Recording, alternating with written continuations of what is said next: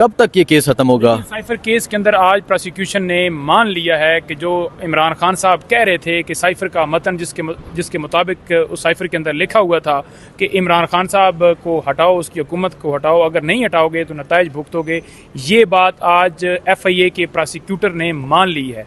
तो इमरान खान साहब की बात अब जब मान ली गई है, मुदाखलत की गई है और खान साहब की हुकूमत हटाई गई है, तो अब जो गद्दार हैं जिन्होंने हुकूमत हटाई है, जो इसमें मुलव्वस थे, जिन्होंने सारा रोल अदा किया है, अब उन्हें कटहरे के अंदर लाना चाहिए। तो जो कहते थे कि साइफर आया नहीं, साइफर झूठ था, इसके अलावा ये हमारे इदारों की तरफ से भी बयान आया कि आज हर चीज़ उन्होंने मान ली है कि डी मार्च भी किया गया। अदालत ने ये कहा कि जब डी मार्च किया गया है तो डी मार्च कोई मुबारक के तौर पर तो नहीं किया गया, और उससे आप कह रहे हैं कि तल्लकात आपके अमेरिका से ख़राब हुए हैं, तो बताएं कोई आपके वीज़े बंद हुए हों, कोई आपके स्टूडेंट्स को उन्होंने वापस भेजा हो, या कोई आपकी तजारत बंद हुई हो, तो ऐसी तो कोई चीज़ नहीं हुई। अगर आप डी मार्च कर सकते हैं और उसके ऊपर नाराज़गी नहीं हुई, जो कि आपने डी मार्च किया है, जहाँ पर इमरान खान ने जलसे में कह दिया, तो उससे नाराज़गी हो गई है।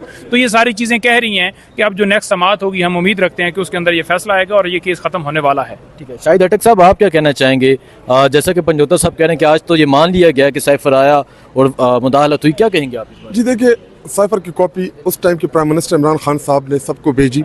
पार्लियामेंट के फ्लोर के ऊपर हमने तमाम अपोजिशन जमातों को ऑफ़र किया कि जी आप लोग आए, हम आपको दिखाएंगे कि जो साइफर आया है उसका जो मतन है या साइफर में जो लिखा गया है आप पढ़ें। मसला इमरान खान का नहीं था, मसला खुददारी का था, मसला पाकिस्तान की इज्जत का था, पाकिस्तान को डिक्टेशन का था। जी देखिए, अगर हम साइफर में स्टैंड ले लेते तो आज कज़ाकिस्तान के जो स्टूडेंट जिनके साथ जो हो रहा है पिछले 3-4 दिनों में, अगर वो स्टैंड हमने लिया होता तो आज दुनिया में किसी की जरूरत ना होती कि आपके किसी स्टूडेंट को हाथ लगाते। जी देखिए, कौमें ऐसे नहीं बनती, कौमें उसूलों के ऊपर बनती हैं, कौमें स्टैंड के ऊपर बनती है। अगर हमने साइफर के इशू में स्टैंड लिया हुआ होता तो आज ये ना होता। और अल्हम्दुलिल्लाह इमरान खान जो है उसको अल्लाह सच्चा साबित कर रहा है, और यही इन्हीं कोर्ट से जिन्होंने उनको गिरफ्तार किया है, यही कोर्ट उनकी गवाही देंगे कि इमरान खान जो है वो एक सच्चा लीडर है। वो जो बोलता है, उसने जो कौम के सामने जो मुद्दा रखी, जो जलसे में उन्होंने तकरीर की, जो साइफर साइफर की कॉपी कौम के सामने दिखाई,